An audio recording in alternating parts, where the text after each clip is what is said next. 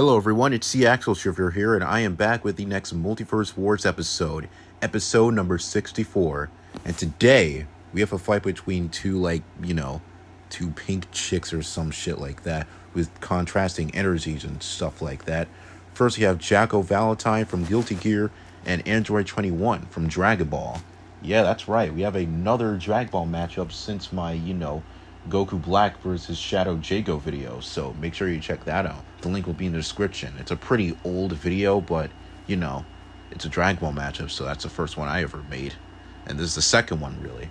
So, yeah, without further ado, let's go.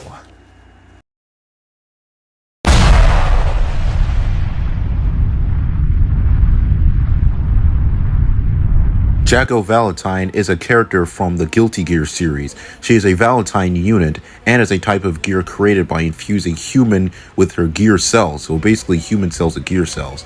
But anyways, she was created by that man. What? No joke. That's literally his fucking name. I don't know. But that man, in an attempt to create the consciousness of Soul Bad Guy's wife, Hera, after she was driven insane by a conversation into justice. And she was served as one of his servants alongside Raven and Ino until meeting Soul, when meeting they collaborated to defeat the universal will.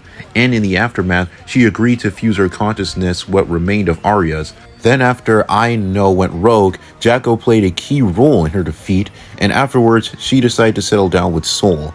But now, let's talk about her powers, abilities, and feats.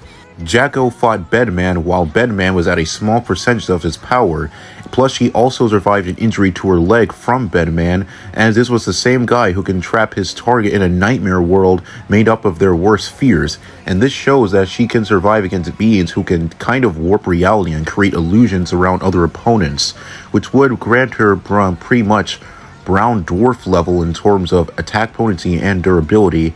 But this can only reach even higher because Jacko was given Eve's seed, which can blur the boundaries of the backyard and the living world, merging them for a brief moment and erasing anything that cannot withstand that state. So basically, the backyard itself is a higher dimensional world that decides the laws of the living world. And the fact that Jacko has this seed, this can mean that her higher attack potency, rated at its highest, could be around a low complex multiverse level, where our characters which are 6-dimensional who can also logically easily destroy more than a infinite number of 5-dimensional constructs. As for speed, she kept up with Soul and Sin, who can react at relativistic speed, so she should just scale to that too. And she also has other abilities like her servants, which are normally always around her, and Jacko fights primarily by summoning a multitude of these magical servants, which she can control by manually or leaving them to attack automatically or not. And she also has the Agnes Field, which Jacko summons an energy barrier around herself that nullifies energy-based attacks or really any physical attack at all. Self-destruct, well, it's self-destruct, so she has it, but I don't know why she would need it. Why she would do it. But anyways, next we have the Calvados, where Jacko jumps up high into the air and spikes flail onto the ground, causing an eruption of magical energy where she lands. Then we have the Forever Elation Driver, where she enlarges her flail to massive size and enrobes her opponent in it, and jumps high into the air and also tosses them onto the ground by just fucking body slamming them, basically. And finally, we have I Want Out, where Jacko's servants restrain the opponent while she jumps into outer space and delivers a dive kick with incredible force, which can easily kill a normal person and stuff, or at the very least severely injure the characters within the Guilty Gear verse. Also, Jacko Valentine is considered a genius within this series because she was implanted with an excessive amount of knowledge by that man and possesses all of Arya Hale's knowledge and memories.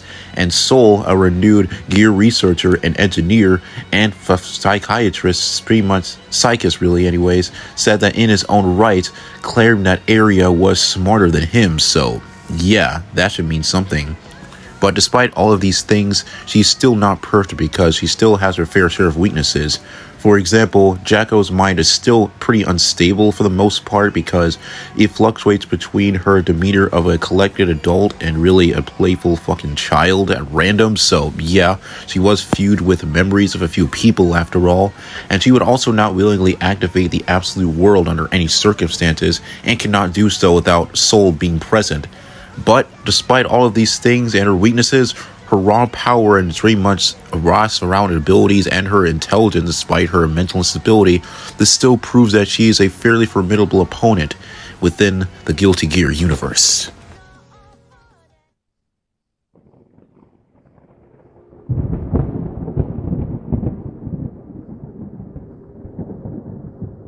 Android 21 is a new type of android created by Dr. Jiro. When she was a human, she was the mother of the man who was the model for Android 16, presumably making her Jiro's wife. And over time, Jiro's supercomputer continued to work on her, giving her the cells of the universe's greatest warriors and minds, even Cell and Majin Buu. She also possesses a spirit, evil personality that arises whenever she's hungry, widely more well known than her human form for obvious reasons.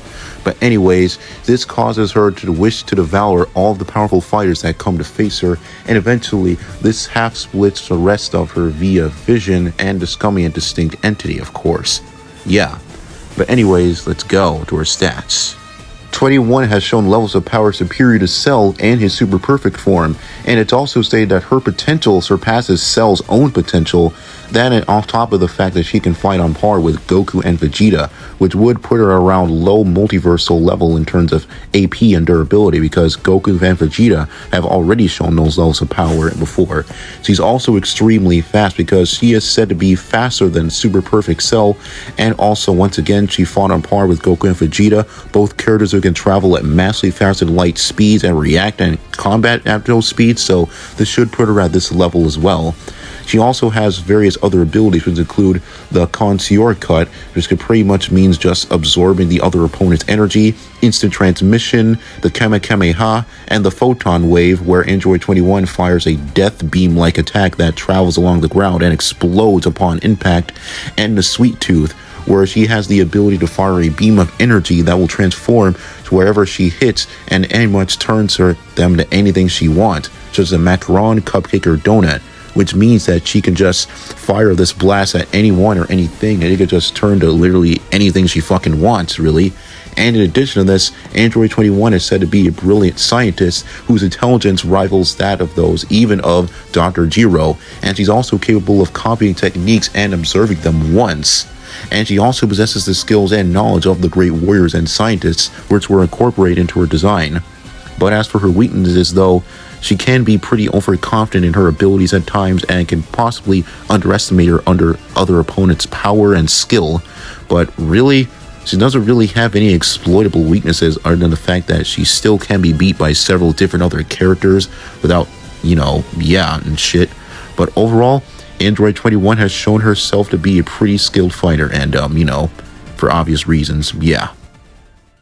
And now that we discussed both of these characters, it's time I talk about who would win this fight. And personally, this isn't really exactly a very fair fight. It's kind of one-sided in the other character's favor. Yep, I'm saying that Android 21 would be the winner of this fight, and I would explain why.